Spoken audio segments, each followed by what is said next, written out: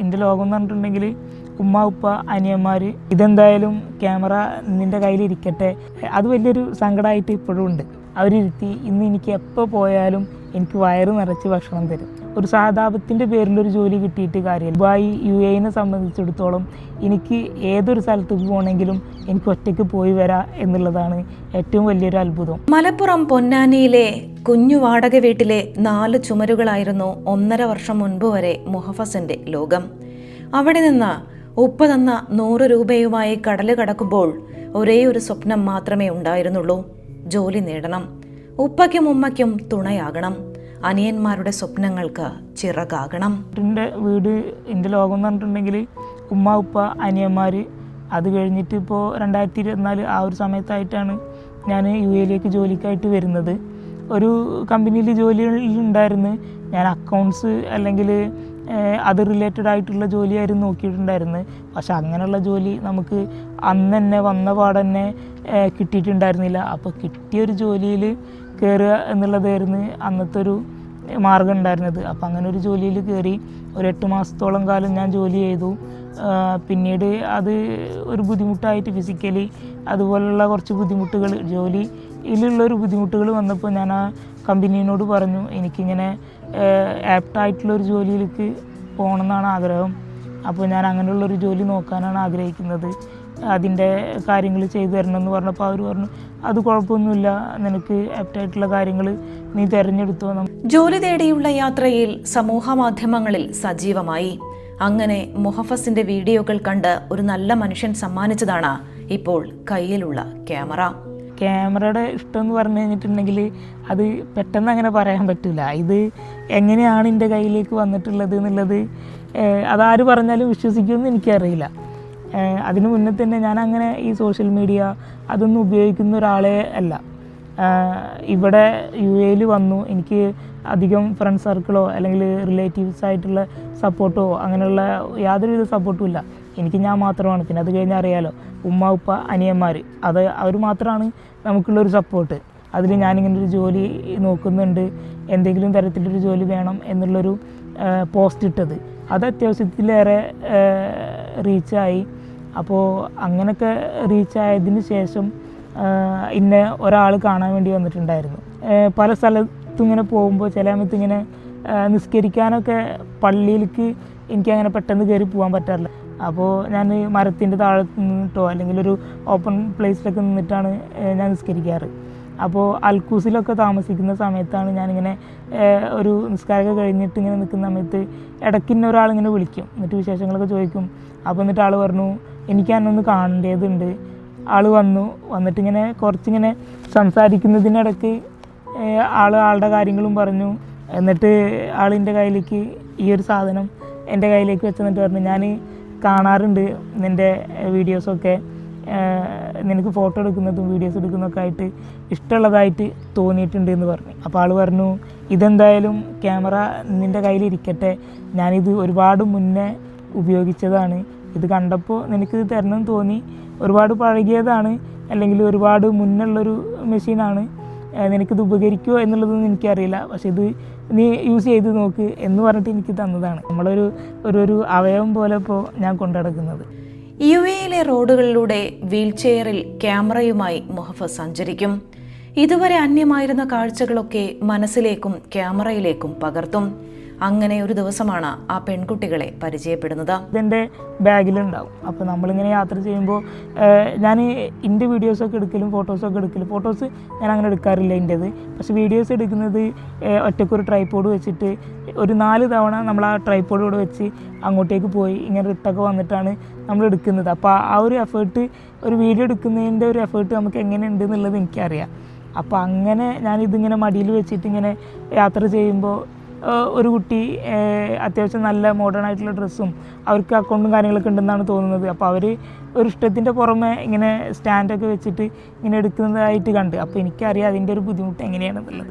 അപ്പോൾ ഞാൻ അവരോട് ചോദിക്കേണ്ടായത് മോളുടെ ഫോട്ടോ ഞാൻ എടുത്തു തരട്ടെ എന്ന് ചോദിച്ചു. കാരണം അവർ മലയാളിയല്ല. അപ്പോൾ അവർ പറഞ്ഞു എനിക്ക് എടുത്തു തരണം, ഞാൻ വേറെ പോസുകളിലൊക്കെ നിൽക്കുക എന്നുള്ള രീതിയിലൊക്കെ പറഞ്ഞപ്പോൾ ഞാൻ എടുത്തു കൊടുത്തു. എൻ്റെ ആദ്യമായിട്ട് ഞാൻ എടുത്തൊരു പോർട്രേറ്റ് പോലത്തെ ഒരു ഫോട്ടോ ആണത്. അങ്ങനെ എടുത്തതിന് ശേഷം അവർക്ക് കാണിച്ചു കൊടുത്തു. ഞാൻ നോർമലി അവരുടെ കയ്യിലൊരു വേറെ ക്യാമറ ഉണ്ട്. അപ്പോൾ അവർ പറഞ്ഞു എനിക്ക് ഈ ക്യാമറ വേണം, കാരണം ഇതിൽ എടുത്ത ഫോട്ടോ കാണാൻ നല്ല രസമുണ്ട് എന്ന് പറഞ്ഞു. എന്നിട്ട് എനിക്കത് അയച്ചു തരണം, എന്തായാലും അയച്ചു തരണം, മറക്കരുത് എന്നുള്ള രീതിയിലൊക്കെ പറഞ്ഞ് എനിക്ക് നമ്പർ തന്നു. പക്ഷേ ആ നമ്പർ ഞാൻ വാങ്ങിച്ചതിൽ ഏതോ ഒരു ഡിജിറ്റ് മാറിപ്പോയി. എന്നിട്ട് അങ്ങനെ അത് വലിയൊരു സങ്കടമായിട്ട് ഇപ്പോഴും ഉണ്ട്. ഒരു ദിവസം ജോലിയുടെ കാര്യവുമായി ബന്ധപ്പെട്ട് ഒരാളെ കാണാൻ ദുബായ് അബൂഹയിൽ എത്തിയപ്പോഴാണ് അദീബിനെ കാണുന്നത്. ഇതുപോലെ തന്നെ ഇപ്പോൾ ക്യാമറയുടെ ഒരു കാര്യം പറഞ്ഞല്ലോ, നമ്മൾ ഒരുപാട് ആഗ്രഹിച്ചൊരു കാര്യം നമ്മൾക്ക് എങ്ങനെയോ ഏതോ വഴിയാണ് എൻ്റെ കയ്യിൽ വന്നത് എന്നുള്ളത് എനിക്ക് അറിയില്ല. അതുപോലെ തന്നെ ഒരു സമയത്താണ് ജോലിയൊക്കെ നോക്കിയിട്ടുള്ള ഒരു സമയത്ത് ഞാൻ അബൂഹയിൽ എന്ന് പറഞ്ഞിട്ടുള്ളൊരു സ്ഥലമുണ്ട് ഇവിടെ ദുബായിൽ. അവിടെ മറഗേഷ് റെസ്റ്റോറൻറ്റ് അദീബ് എന്ന് പറഞ്ഞൊരു പയ്യനുണ്ട്. അവൻ്റെ മാനേജറും അതുപോലത്തെ അവിടെയുള്ള മേഡവും ഒക്കെ ഭയങ്കര അതൊരു വല്ലാത്തൊരു അത്ഭുതം തന്നെ. കാരണം ഞാൻ ഫുഡ് കഴിക്കാൻ അന്ന് എൻ്റെ കയ്യിൽ 3 ദിർഹംസ് മാത്രമേ ഉണ്ടായിരുന്നിട്ടുള്ളൂ. അപ്പോൾ ഞാനത് ബാഗിലുണ്ട്. ഞാൻ ഒരാളെ കണ്ടിട്ട് വരികയായിരുന്നു, ജോലിയുടെ കാര്യം തിരക്കാൻ വേണ്ടി പോയിട്ട് റിട്ടേൺ വരികയായിരുന്നു. അപ്പോൾ ഉച്ച ഒരു 2 മണി 2:30 ആയിട്ടുണ്ടാവും. അപ്പോൾ അതുപോലെ ഞാൻ ഇങ്ങനെ ആ ഷോപ്പിൻ്റെ മുന്നിൽ കൂടെ ഞാൻ ഇതാണ് ആലോചിക്കുന്നത്, അയ്യോ ഇനിയിപ്പോൾ ഉച്ചയ്ക്ക് ഇപ്പോൾ എന്ത് കഴിക്കും എന്നുള്ള രീതിയിൽ കൂടെ, കാരണം കയ്യിൽ കാശില്ല. അപ്പോൾ അങ്ങനെയാണ് വന്നുകൊണ്ടിരുന്നത്. അപ്പോൾ എൻ്റെ തോളിൽ തട്ടിയിട്ട് ഞാൻ അവിടെ സ്റ്റോപ്പ് ചെയ്ത് നിന്നു കുറച്ച് നേരം.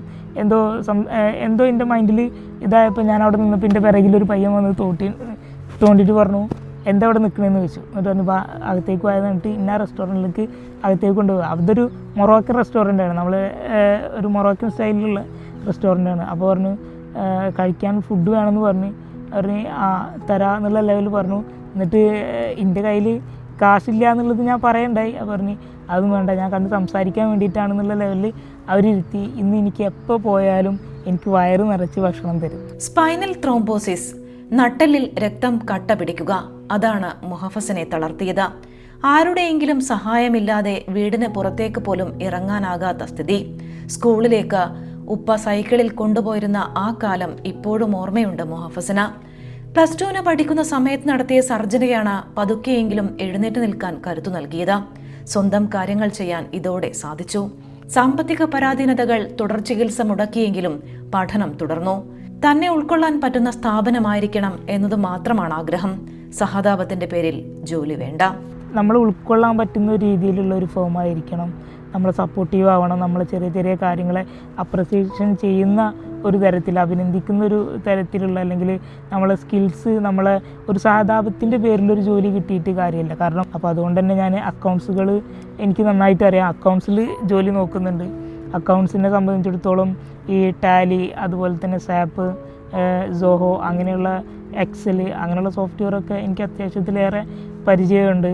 അതുപോലെ തന്നെ സിസ്റ്റം അഡ്മിനിസ്ട്രേഷൻ ജോലി കിട്ടിയാൽ ചെയ്യാനറിയാം, റിസപ്ഷനിസ്റ്റായിട്ട് വർക്ക് ചെയ്യാനറിയാം, അതുപോലെയുള്ള ഹോട്ടൽ മാനേജ്മെൻ്റ് ആയിട്ടുള്ള ഓൺക്യൂ സോഫ്റ്റ്വെയർ യൂസ് ചെയ്യാനറിയാം. വിലമതിക്കാനാകാത്ത സൗഹൃദങ്ങളാണ് ഈ നാട് നൽകിയ ഏറ്റവും വലിയ സമ്മാനം.